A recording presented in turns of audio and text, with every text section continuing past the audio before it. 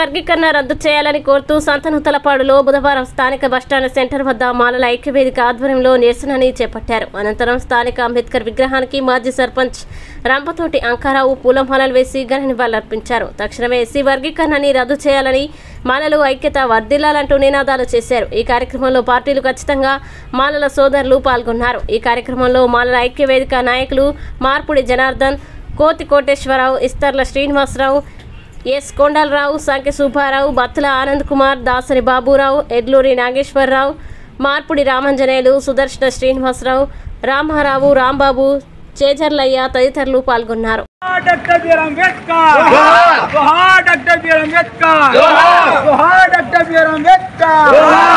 కొనసాగిస్తాం doctor BR Ambedkar ఆశయాలను కొనసాగిస్తాం డాక్టర్ బిఆర్ అంబేద్కర్ ఆశయాలను చెప్పండి.